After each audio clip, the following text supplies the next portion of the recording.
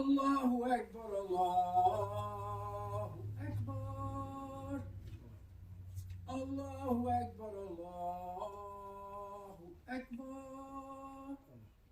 Ashhadu an la ilaha illallah. Ashhadu an la ilaha illallah. Ashhadu anna Muhammadan Rasulullah. Ashhadu anna Muhammadan Rasulullah. Hayya ala salat, hayya ala salat.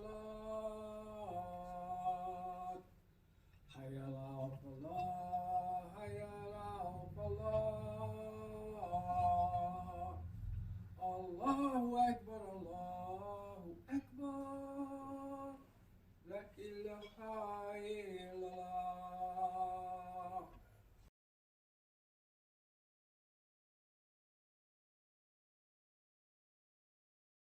All praises be to Allah. We seek His help and His forgiveness. We seek refuge with Allah from the evil of our own souls and from our bad deeds. Whomever Allah guides will never be led astray, and whomever Allah leaves astray, no one can guide. I bear witness that there is no God but Allah, the One, having no partners, and I bear witness that Prophet Muhammad is His slave and messenger. I greet you, believers. Assalamu alaikum.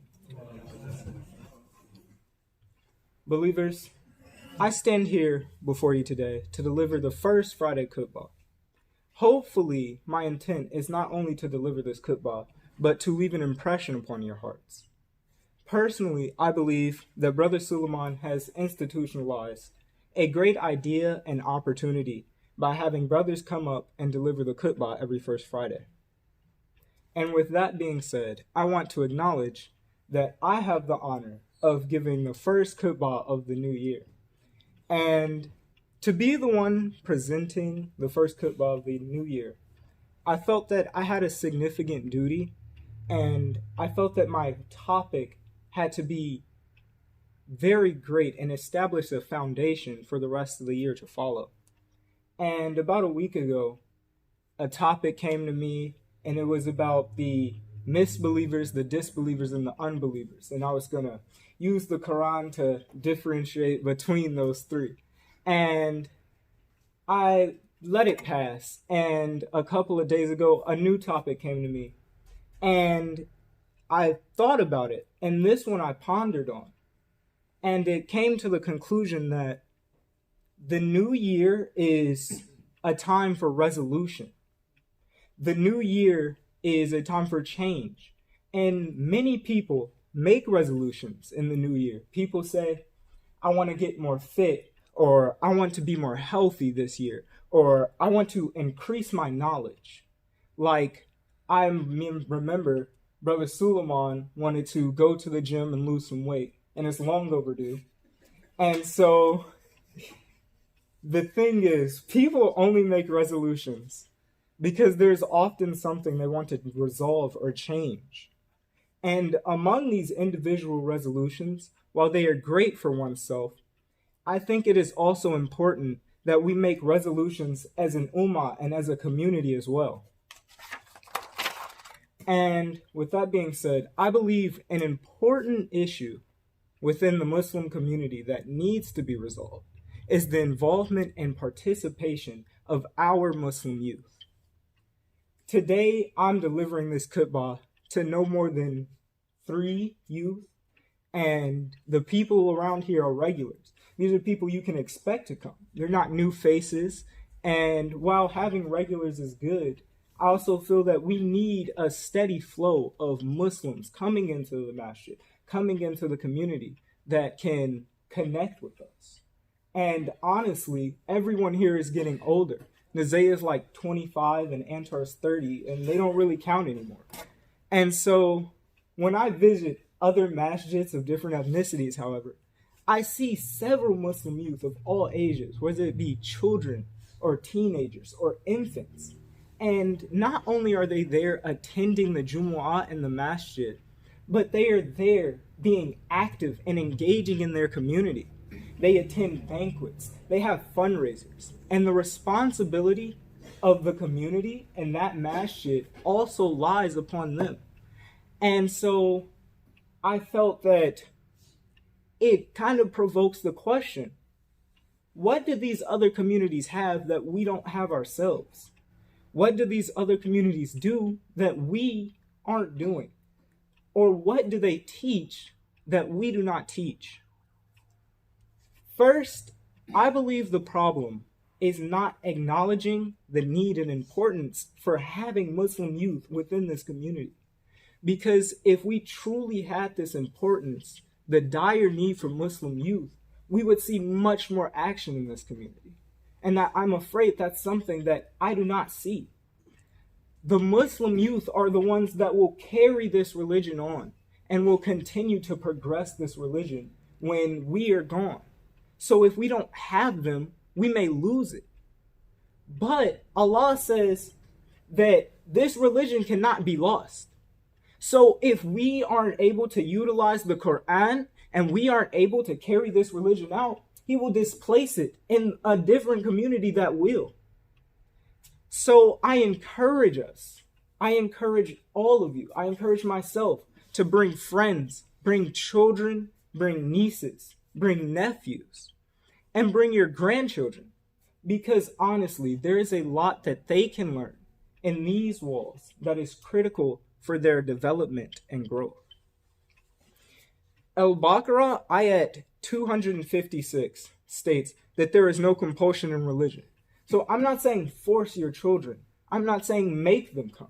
But I am saying that you have the ability to take them to the masjid and let them experience the masjid for themselves. For instance, we just had an entire 2-week break for Christmas, a holiday that isn't even ours. However, this obligation of Jummah, we can't even get Friday off.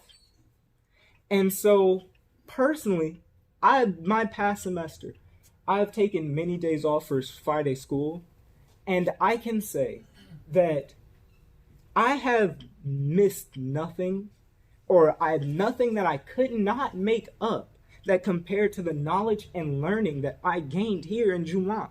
I can testify to that. And while my physics book taught me a lot that I'll probably need, this Quran, it taught me so much more, mountain compared knowledge. And it still has way more to teach me. So I know that is way better to cultivate my life. And because in the Quran, Surah Al-Jumu'ah, ayat 9, Allah states, O ye who believe, when the call is proclaimed to prayer on Friday, the day of assembly, hasten earnestly to the remembrance of Allah and leave off business and traffic. That is best for you if ye but knew. This ayat, according to this ayat in the Quran, you can see that it does not specify on any kind of Muslim to attend Jumu'ah. It does not say who you have to be or what you have to do. It says that it is an obligation for believers to hasten to the Jumu'ah prayer. So I felt that if this is an obligation to believers, to me it means that it is an obligation that the believing youth attend Jumu'ah as well as the believing adults. And scientists say, especially since the young mind is so impressionable and since it is so moldable, it is important that we surround them in an Islamic environment where they can receive the best nourishment. And I can also testify, believers, that the Quran is the best nourishment that you can receive. Definitely, by far. And further, in the Quran, Surah Al-Tahrim, ayat 6 states, O ye who believe, save yourselves and your families from a fire whose fuel is men and stones. And how do we save ourselves? We save ourselves in this deen through our actions and our faith. But it doesn't end there. It says we must save our families as well. And we save our families by advising. We save our families by guiding. We save our families by providing an example through striving to be the best Muslim that we can be. And so, as a young adult myself, I can say that most children often learn and are influenced by examples in what they see. For instance, I have a second cousin, a 3-year-old second cousin, that mimics exactly what you do.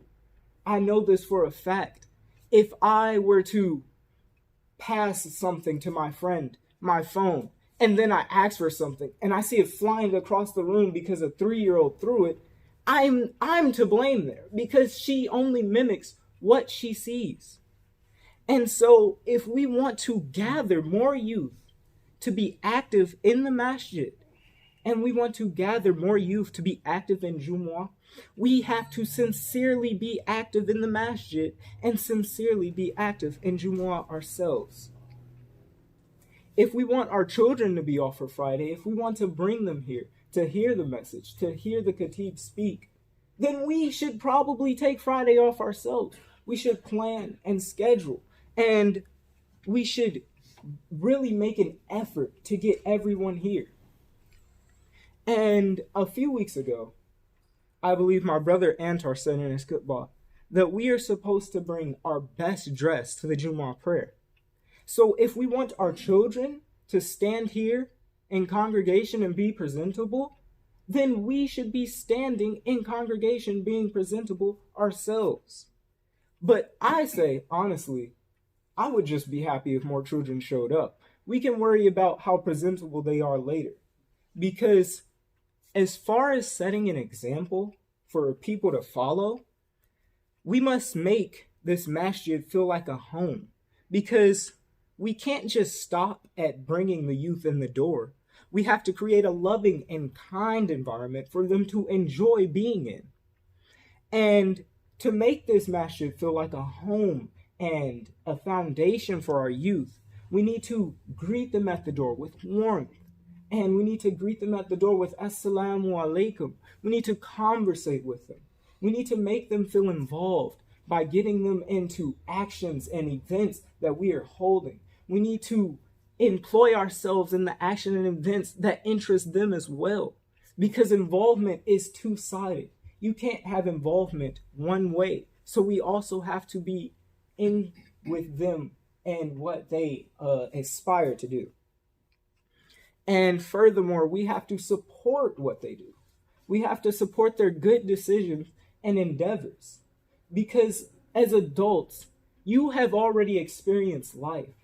But when you do not allow your child to experience life for themselves, you're blocking them from knowledge that you've gained yourself. And it's very selfish to do that. Just because you believe that you know this a certain way, or just because you believe that it's tried and true, allow your child, allow youth to act upon themselves. It will better them. It really will. And so I applaud Brother Suleiman for establishing this practice and having a guest Katib every first of the month. Because I believe it is a great way to encourage the youth to not only be involved with their community, but to learn and research topics in Islam that are meaningful to them. And furthermore, it allows them to connect to this religion that betters themselves. And that's why I was truly ashamed when I heard that there weren't many people coming to the First Friday. People were making schedules and they were making plans to speak at the First Friday, but yet they did not show up. And it kind of hurt me a little to see that we weren't able to fulfill this simple obligation of just coming to the First Friday. And with that, I would like to conclude my first part. I would like to start off the second part of the khutbah. I want to really conclude on a high note, because while I do see a lack of community and I do see a lack of youth in the community, I honestly can attest to that I have seen a great amount of improvement in this community. This past year, I've seen many children come out for the Eid celebration. I've seen youth that have participated in our Project Neighborly Needs program, And that really inspired me to see other children that were there not to play, but to work and volunteer and help out and help the entire community, not just the Muslim community, but this entire community. And I also saw at some of these First Fridays, I saw new faces speaking in the masjid, and I saw new faces just sitting and listening to the Katib. And I felt that it was very refreshing to see these new faces, some of which were also children, and it also inspired me. And so I just want to say that I personally want to express how important it is to the youth that we are making an effort to reach and involve them. Because I know, as a youth myself, that when there is an activity or an occasion, when I am surrounded by my Muslim peers, it rejuvenates me. And I become more appreciative for this religion. And recently, a few years ago, I went to Camp Khalil in Texas. And it is a perfect example for this feeling that you get when you are surrounded by Muslims. You are surrounded by people that care about you and that have your best intent in mind. And these people are almost like, it feels free. It is a worry-free environment. You don't have to worry about who you're sitting with because you know that they're good people. You don't have to worry about what you consume because you know it is prepared halal. You know that it is made for you and your nourishment. And not only is it just a safe environment, but it is also a learned environment. It is a learned environment. And you learn scholastic things through workshop. We had an engineering contest in Camp Khalil to build cars, like small cars that moved on their own out of mousetraps. And furthermore, we had Muslim workshops that were also in there that allowed us to learn the Quran, and it gave us leadership opportunities to lead the prayer, to speak in front of people, to learn to be a imam and to learn to be a khalifa. And it was also about having fun. And it was something that people could really enjoy. We were able to do challenge courses and have plentiful things for children to occupy their mind, like basketball. And I feel that I should not have to go miles away to Texas to experience something like that. And I should be able to experience that here in Kansas, here in this community. But I will say that I am grateful that in my lifetime, I can say that I was anxious and I was excited to come to the masjid on Friday because I knew that it was a great environment that expressed its warmth and expressed its love to children like me, that made me feel included. And in this community, I'm sure that most of you, if not all, can say that you once experienced as a youth, even though it may have been long ago, you once experienced as a youth the warmth in this environment. And you experienced the love for children and the involvement of children. And you were a part of a true ummah. And the point is that we once had a truly successful Muslim community. And the only difference between then and now is our practices and what we do. Meaning that if it is only our practices, we can revitalize this successful community. We can work together to bring it back because it is not lost. This religion cannot be lost. All we have to do is work to bring it back. And I remember under the leadership of W.D. Muhammad, the youth was involved. They were set in this environment where people cared about them and where people made efforts to put them in a place that they knew would cultivate them for later in life. And I specifically remember, I was no older than 5, but in Chicago, there was this candied apple man that sold candied apples. And I used to get excited every Friday to go to Juma to go get candied apples.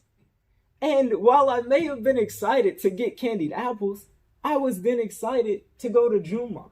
And subconsciously, there was still things that I learned that I remember back then in those Jumas that I can associate with remembering candied apples. So it was a great experience no matter.